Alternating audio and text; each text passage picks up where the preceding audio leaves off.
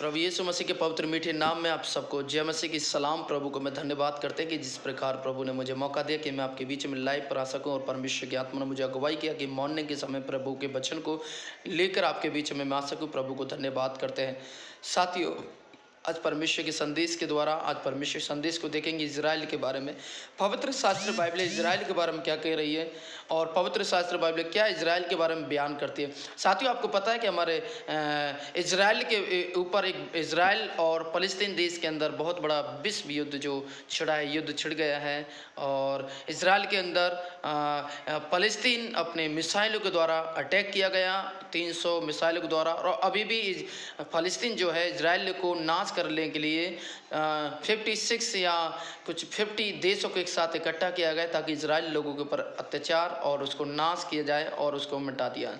मैं कहना चाहता हूँ इजराइल के ऊपर परमेश्वर का हाथ है और इजराइल के ऊपर इजराइल परमेश्वर का चुना हुआ देश है और इजराइल के अंदर परमेश्वर की उपस्थिति है। वहाँ पर लोग परमेश्वर को महिमा आराधना तारीफ करते हैं। साथियों, जहाँ पर परमेश्वर होता है उस देश को कोई भी देश उसको नाश नहीं कर सकता।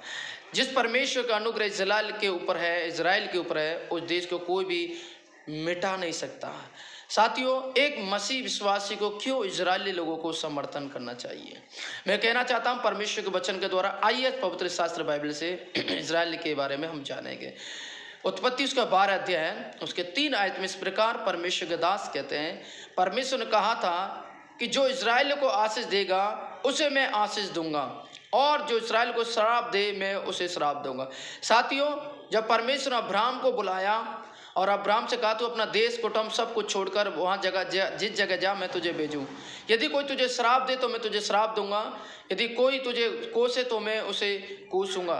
साथियों, यहाँ पर भी बात हो रही, इजराइल की बातचीत हो रही है, क्योंकि परमेश्वर इजरायली लोगों से बहुत प्यार करता है और वो नहीं चाहता है कि इजराइल के ऊपर कोई कोसे या अत्याचार करे या उस पर कोई अटैक करे या उस पर महामारी को भेजे या उसके ऊपर बुरी तरह से अटैक करे, क्योंकि इजराइल के ऊपर परमेश्वर का अनुग्रह और परमेश्वर नहीं चाहता कि इजराइल के ऊपर ये अत्याचार हो, इजराइल के ऊपर बुरी बुरी बीमारियों को या इजराइल के ऊपर बुरी बुरी अटैक लेकर उन इजराइल के ऊपर अटैक करे या बड़ी बड़ी मिसाइलों को भेजे या महामारी को भेजे। परमेश्वर नहीं चाहता और ना परमेश्वर इस बात को लेके बर्दाश्त कर सकता है, क्योंकि परमेश्वर इजराइल को चुना है, परमेश्वर इजराइल को बुलाया है। इजराइल परमेश्वर का देश है, इजराइल परमेश्वर के अनुग्रह में रहता है, इजराइल परमेश्वर चुना हुआ पात्र देश माना गया। साथियों, इसलिए परमेश्वर कहे यदि तुझे कोई श्राप दे तो मैं उसे श्राप दूंगा। क्यों? क्योंकि परमेश्वर इजराइल लोगों को आशीष दिया है और इजराइल आशीष का सोता है। हालेलुया। दूसरा पॉइंट, भजन संहिता 122 के 6 में क्या लिखा है? परमेश्वर का वचन हमें यह बताता है कि हम इजराइल की शांति के लिए निरंतर प्रार्थना करते रहें। मैं कहना चाहता हूं वो ठीक है, इजरायली लोगों के लिए प्रार्थना करना चाहिए, परंतु प्रभु सारे देश को एक नजर से देखता है। हमारी प्रार्थना हर एक विश्वासी का समर्थन की प्रार्थना सारे देश के लिए, सारी दुनिया के लिए, सारे मानव जाति के लिए होना चाहिए। ये नहीं कि इजरायली के लिए करें या इजरायली लोगों के लिए करें। नहीं, मैं मानता हूं इजरायली परमेश्वर का देश है, चुना हुआ देश है, परंतु क्या फलस्तीन के यहूदी क्या जितने भी देश हैं इस बात को ध्यान रखिए, एशिया है, अमेरिका है, न्यूजीलैंड है, कनाडा है, सारे देश क्या परमेश्वर के बनाए हुए लोग, परमेश्वर के बनाए हुए लोग उस देश के अंदर नहीं रहते, परंतु हमारा समर्थन, हमारी प्रार्थना सारे देशों के लिए होना चाहिए कि प्रभु तमाम देश तेरे चरणों में, तेरे घुटनों पर आए, तेरे लिए घुटनों पर आ जाए, अपने गुनाह पापों को तौबा करें और प्रभु तुझ पे विश्वास करें, तुझसे प्रार्थना करें और ये तमाम इसे महायुद्ध को छोड़ दें और आपस में तमाम देशों में प्यार प्रेम की आत्मा होना चाहिए। ऐसा हमारा प्रार्थना, समर्थन का प्रार्थना ये जरूरी है हर एक देश के लिए, हर देश के लोगों के लिए। प्रभु तुझ पर विश्वास करें, प्रार्थना करें और एक साथ तेरे चरणों में आए और तमाम देशों में प्यार प्रेम की डोर में बंधे रहे, तुझ पर विश्वास करें।